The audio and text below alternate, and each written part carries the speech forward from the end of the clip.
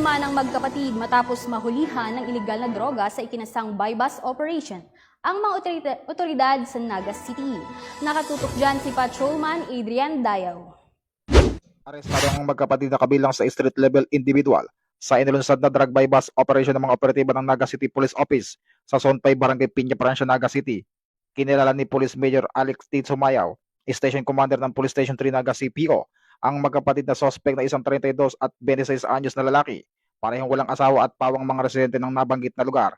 Naaresto ang mga suspect bandang 7 ng gabi ng mga operatiba ng Police Station 3, Drug Enforcement Unit, City Intelligence Unit at PIDEA Naga.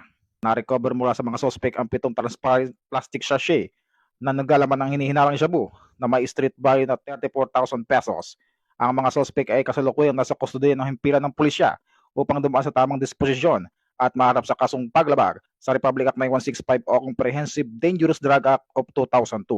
Ang pambansang pulisya katuwang ang ibang ahensya ng pamahalaan ay patuloy sa pagpaigting ng kanilang kampanya kontra iligal na droga.